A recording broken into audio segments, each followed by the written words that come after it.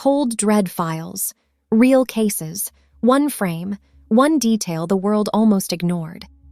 The image does not look like evidence at first. That is what makes it disturbing. A quiet road, a parked car, a man near the trunk, a white bundle. If you were using Street View to check directions, you might pass it in less than a second. You might not zoom in. You might not think about it again, because without context, it is almost nothing.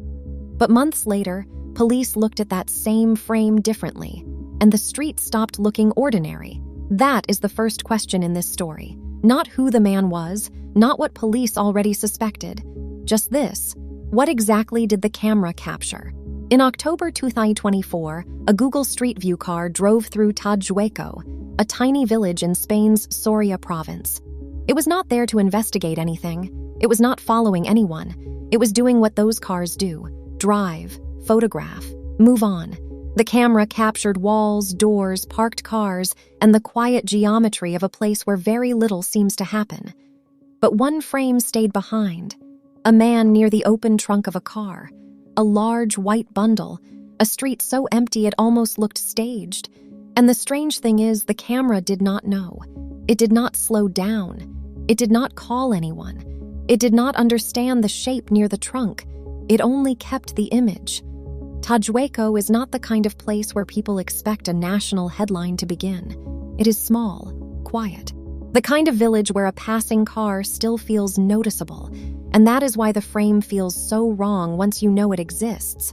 Not because the road looks dangerous, because it does not. The road looks ordinary.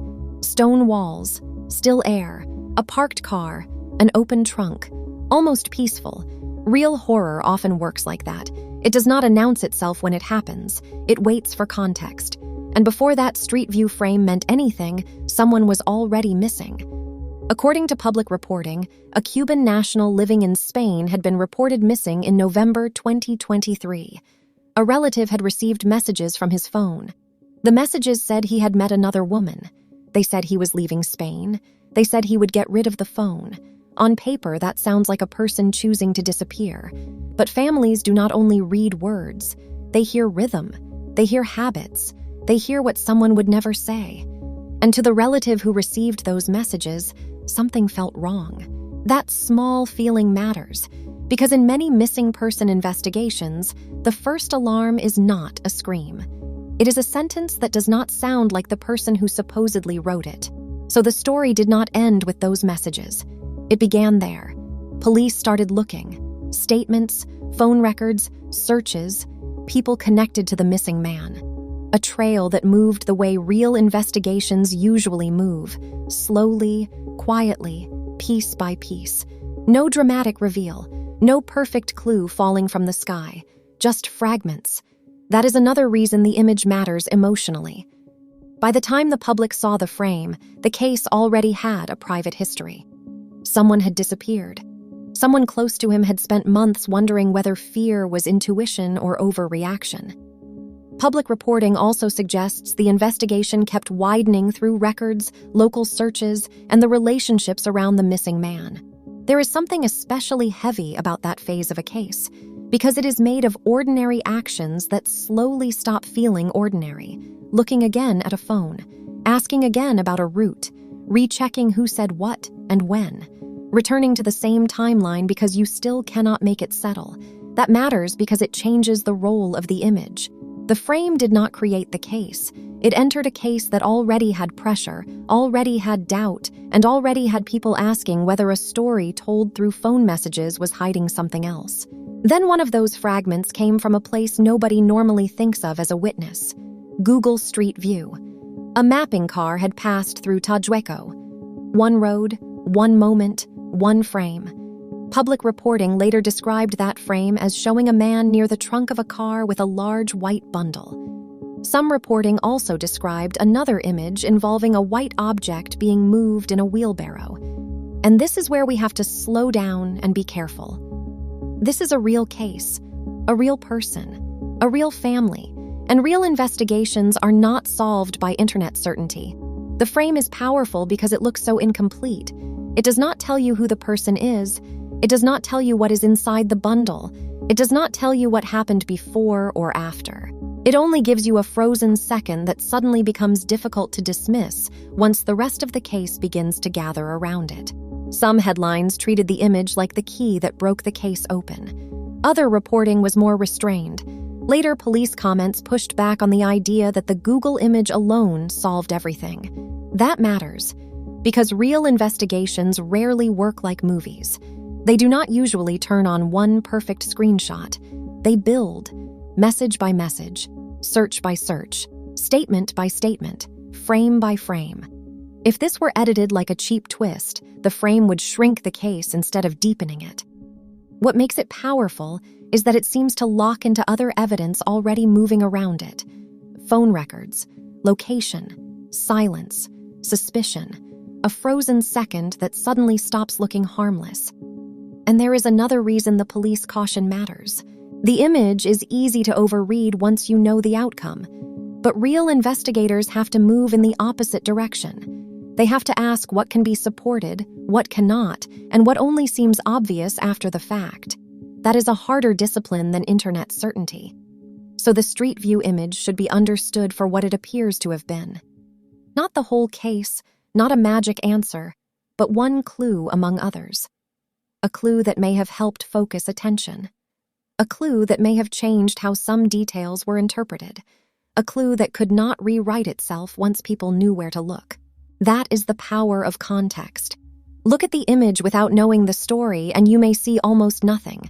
Look at it after someone has disappeared, and the frame becomes difficult to forget.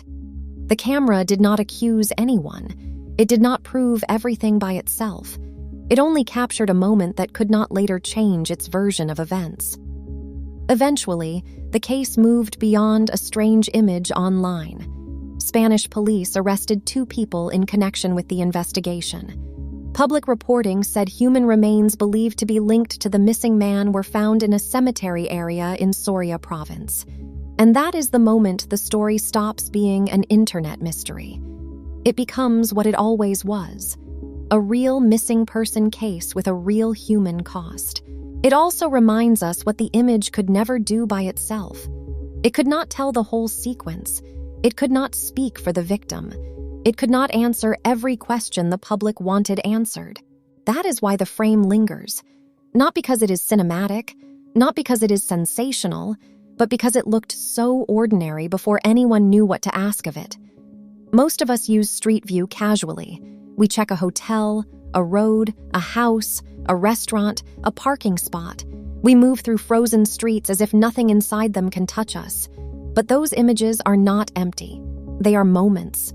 People carrying groceries, cars outside homes, workers on ladders, dogs crossing roads, doors opening, trunks closing. Most of it means nothing. Most of it should mean nothing. But sometimes one ordinary frame is waiting for the rest of the story to arrive.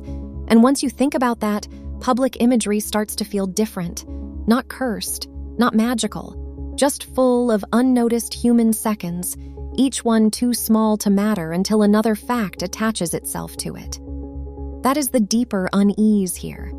Not only that the image existed, but that it existed in public view, in a system designed for navigation and convenience, sitting among countless harmless frames until reality caught up with it.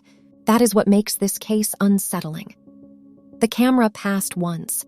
It did not know what it had seen. It did not understand the man, the trunk, the bundle, or the silence of that village road. It only recorded. And months later, when police and the public looked at the image again, an ordinary street in Tajueco stopped looking ordinary. The frame does not tell the whole story. It does not erase the rest of the investigation. It does not explain every step between suspicion and arrest.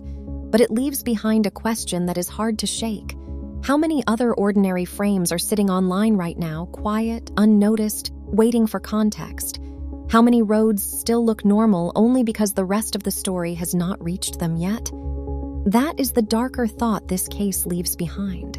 Not that a camera captured something strange, but that it captured something ordinary, and only later did the world understand it might not have been ordinary at all. The camera passed once, the image stayed, and months later an ordinary street stopped looking ordinary.